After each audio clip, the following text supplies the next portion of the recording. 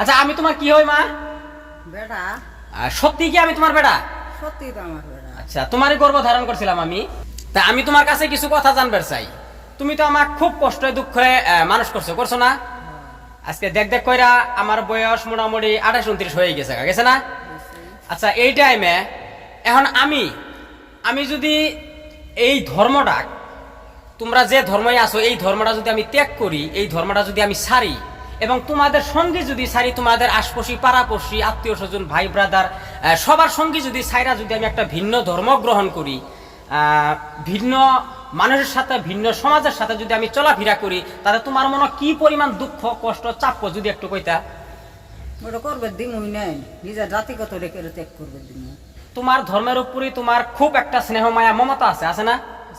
আছে। বন্ধুরা আমি এই ভিডিওটা শুধুমাত্র কিছু গুরুত্বপূর্ণ কথা আপনাদের মাঝে শেয়ার করার জন্য আমি বানাইলাম। আজকে 2-3 দিন আগে একটা ভিডিও খুবই ট্রেন্ডিং আছে বর্তমান ফেসবুকে। একটা মুসলমান ঘরের ছেলে সে হিন্দু ধর্ম গ্রহণ করছে এবং হিন্দু ধর্মে যায়া হিন্দু ধর্মের নীতি নিয়ম অনুসারী সে হিন্দু ধর্ম গ্রহণ করার পরে হিন্দুর যে একটা কালচার, সেই কালচারটা তার ভিতরে আনছে।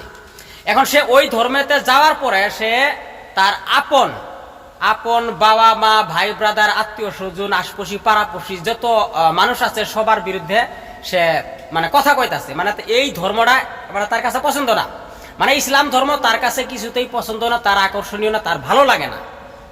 তো ভাই আমিও একজন মায়ের সন্তান, আজ আমার ভিতরে কি কষ্ট আছে কি যন্ত্রণা আছে ওইটা আমি যদি আমার বাবা মার কাছে শেয়ার না করি, আমার আত্মীয় স্বজনের কাছে শেয়ার না করি, তাইলে কিন্তু তারা জানবো না।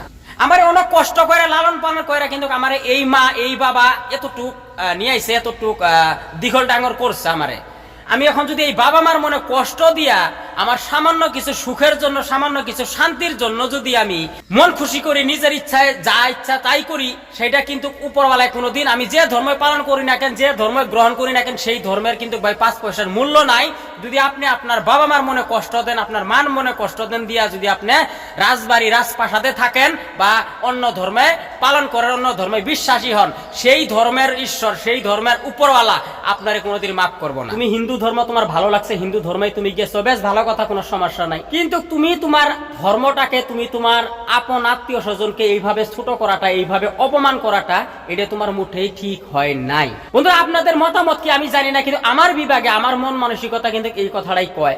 আজ আমি আমার মায়ের মনে যদি কষ্ট দেই, আমার বাবার মনে যদি কষ্ট দেই, কষ্ট দিয়া আমি যদি অন্য ধর্ম গ্রহণ করি, অন্য ধর্মের মানুষের সাথে মিলাপিতি করি, আমার বাবা মার মনে কি পরিমাণ কষ্ট জাগে। আর বাবা মা কত অ্যাঙ্গেলের, কত সেলসিয়াস, কত ডিগ্রি হাই কোয়ালিটি পাপ করলে এরকম ধরনের ছেলে ঘরে জন্মগ্রহণ করতে পারে, আপনার চিন্তা করেন। বাবা মা তো নিষ্পাপ, বাবা মার তো কোনো ভুল ছিল না, কিন্তু হয়তো অনেকে এরকম ধরনের কমেন্ট করবে যে কি পাপটাই করছিল তোর বাবা মা, তোর মতো কুলাঙ্গার ছেলে আজকে সেই বাবা মার ঘরে জন্মগ্রহণ করলো। কত ঝড় তুফান বইতাছে সেই মার মনে, সেই বাবার মনে, যে বাবাটা যে মাটা নিজে না খাইয়া তোরে খাওয়াইছে, তোমারে পিন্দাইছে, তোমার আদর যত্ন স্নেহ মায়া মমতা ভালোবাসা দিছে, দিয়া তোমার এতটুক নিয়েছে, আজকে সেই বাবার সেই মায়ের কথা তুমি বদনাম করতেছো, সমাজের কথা বদনাম করতেছো। সেই বাবা মা যে ধর্মে আছে সেই ধর্মটাকে তুমি লাঞ্ছিত বঞ্চিত তুচ্ছ তাচ্ছিল্য করতেছো।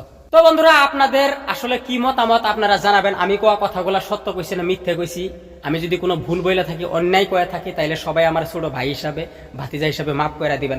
আমার যেতটুকু বিভাগে কয়, আমার যেতটুকু বুদ্ধিয়ে কয়, আমি সত্য কথাটাই ভালোবাসি সবটা সময়।